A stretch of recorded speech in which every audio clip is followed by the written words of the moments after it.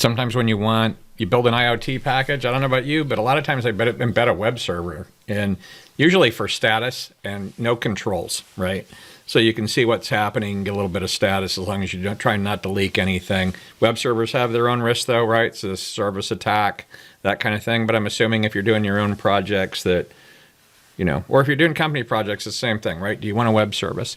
So one of the things I ran into is sometimes I have ranges, right? I want some kind of slider or some kind of quasi-analog thing. So I have this ESP8266 board here that I'm looking at. And the thing I wanted here was oh man, that's weird. You can see it's actually doing a wave over. What I wanted was the ability, I don't know if you can see this in the corner here. Yeah.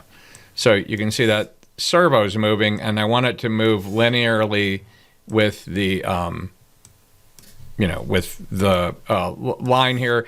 And if I was smart, I would actually put a text field next to this, and then you could see the number, you could type it in and all that. But you know what? This is really a test UI. It's not a finished UI, so I don't really care.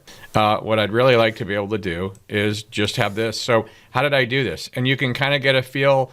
So this is an ESP8266. It's not a massive box. So, it's not the fastest thing in the world, right? It takes 140 milliseconds to process, or 200.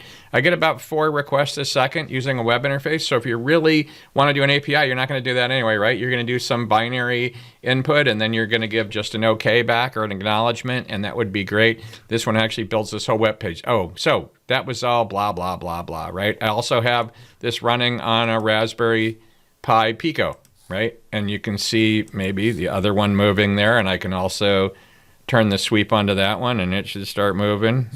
Yep. This is actually using software timers here, but that really isn't the important part. The important part was, how did we do this slider, right? So if we're looking at the slider, and I just wanted to show you that you can see that this thing actually does a fair amount on the back. It gets the request. It parses the parameters out, right? That runs GC against this thing, because this thing's pretty tight. And I mean tight, like low on memory. So what did we do, right? The goal here is to be able to build a UI, a little quickie UI that's small, right? On the ESP8266, it's not really that big. It's bigger than a Arduino or something, but so I want this output, right?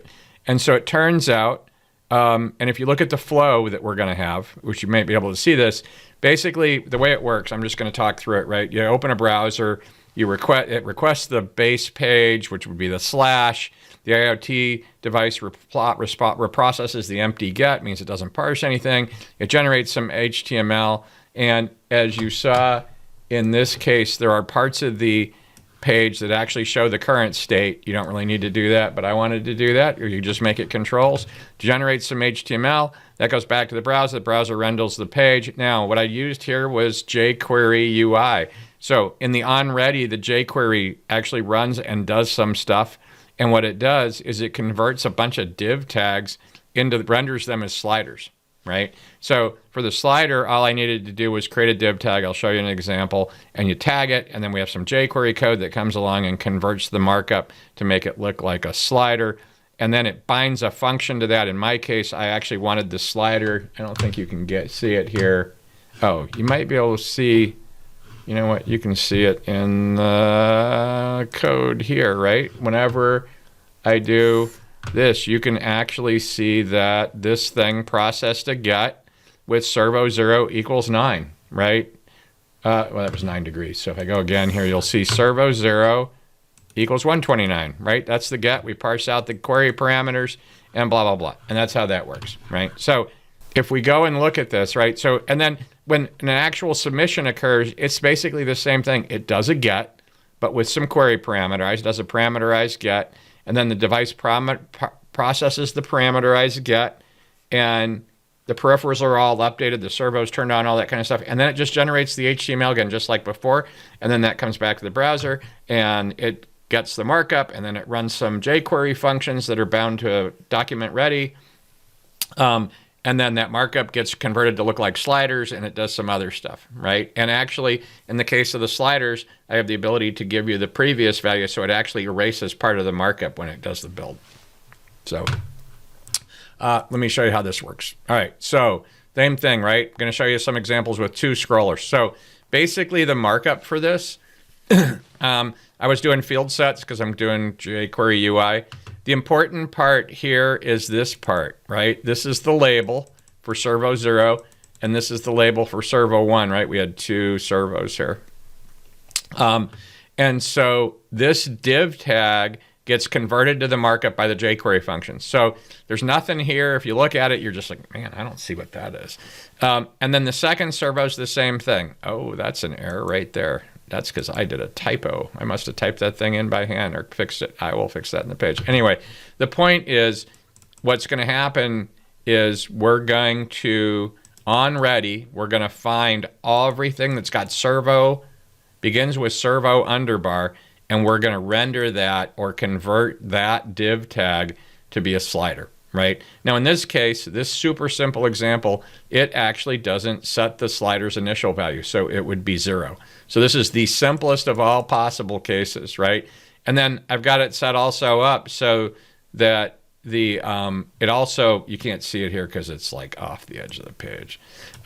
It actually not only converts that to a slider, but on change, it actually does a get call. So this code here gets converted into the rendering of a slider, and it creates a get call, and it puts the ID of this field, which would be servo underbar 0, servo underbar 1. It puts that as a query parameter, right? It makes the ID servo underbar 0, and then it puts the value 43, 53, 92 degrees, whatever those things were, right? So the slider value becomes the value. The ID of the div field becomes the ID that's query parameter. Super simple, right? So if you just did this and this, you would actually be good, right? All the servos would come up as in position 0, but that would give you enough controls, and that's all you need to do. And then it turns out, what's the markup look like that? So this is actually, my code actually generates these fields, right? If we're going to have I'm like went overboard. I have an arbitrary number of sliders here, right? So I'm just going to, every one of the sliders on the server side, this is what gets emitted, right? This matches this here, this code here. So for every servo that we've got, in this case, I generate a div with a label and another div, and you can see that we just put in, basically make it look like this part, right? Label and then a slider. And so that's truly it, right? You make sure your markup looks something like this with the div. You bind that wildcard for the ID, so you make sure all the ones you want to convert in this case have the same ID pattern.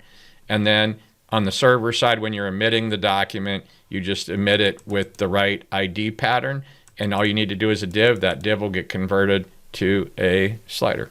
And that's really the most of it. Now, it turns out, in my case, I actually wanted to initialize the slider with whatever the current value for the servo angle is, right? So if you come up here and you look at this again, right?